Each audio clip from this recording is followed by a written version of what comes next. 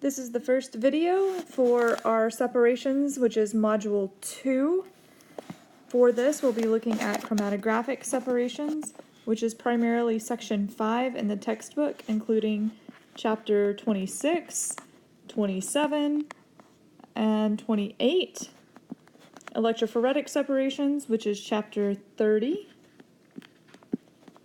And mass spectromic separations, which are Chapters 20 and 11.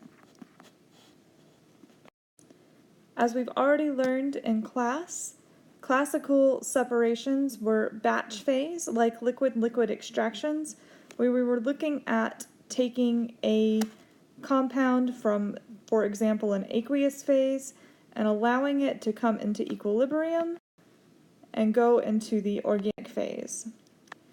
Now, modern separations are dynamic. This is in contrast to classical separations, which were static. Let's look at a quick example of how a modern dynamic separation may work. We'll start with our target analyte in the mobile phase. This will come into equilibrium with the stationary phase. Once it's in equilibrium, we'll transfer the volume of the mobile phase over to the next place in the column. Now we have two volumes that need to come into equilibrium. And after equilibrium, these two volumes are moved to the next place in the column. The equilibrium is repeated again. The mobile phase is moved again. And we repeat this process until the plug moves to the end of the channel.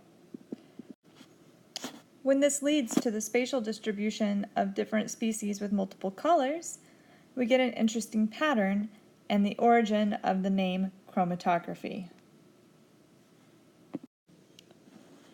For this part of the section, we'll be looking at Chapter 26, problems 1, 3 through 13, and 23.